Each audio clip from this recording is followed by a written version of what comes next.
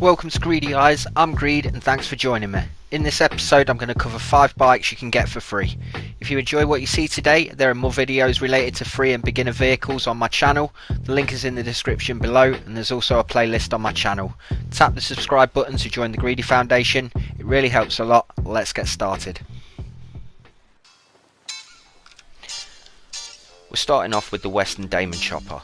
This is one of the most expensive vehicles I've ever covered in this series at $145,000 and comes with an added element of danger. After stealing this bike you may randomly get attacked, as you can see here where a couple of lost gang members show up and kill me. You can grab one of these at the lost camp, but they're often seen cruising around the city too. Right off the street the Demon comes with 8 hanger handlebars, ghost flame paint and seat embroidery. Once we're in the shop there are loads of good options for individual builds with mods for seats, fenders and tanks to name a few. Performance is as you would expect from a chopper, not a lot of power when it comes to acceleration and braking, but this bike really comes into its own when cruising or at meets. A great addition to any garage, just watch out for gang members looking for revenge.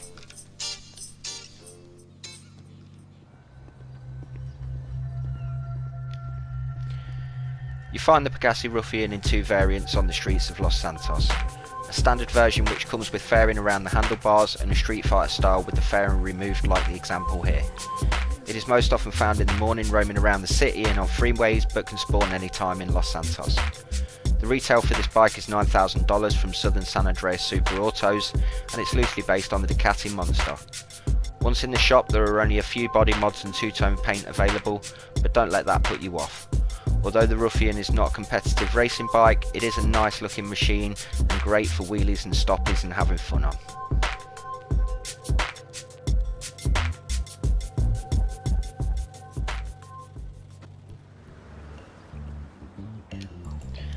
The next bike's an absolute classic. Having featured in many GTA titles, the Maibatsu Sanchez has been a firm favourite over the years.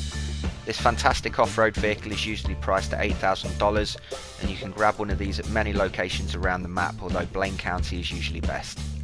At Los Santos Customs there's very little you can change, but that's not where the value is in stealing a Sanchez.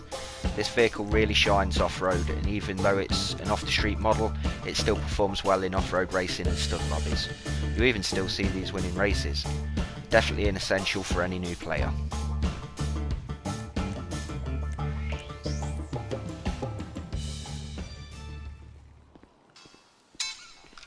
The Westernbagger is best known as Franklin's bike in the story mode. If you like the look of it in the campaign, you can save yourself $16,000 and have one off the street for free. I seem to see these spawning often in the morning in the city and come in the same body spec as seen in the campaign.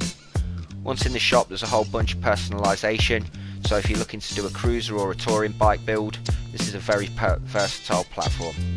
Performance is mid-range with the bike feeling a little heavy through the corners and a little slow to pull off. But this bike comes into its own with the amount of customisation available, you can end up with a really individual build.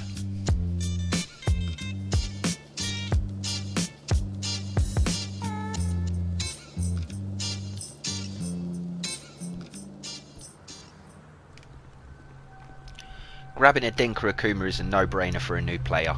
This powerful sports bike usually costs $9,000, which is an absolute bargain for a bike like this. Even though the Akuma has been in the GTA series for many years, this bike is still a firm favourite.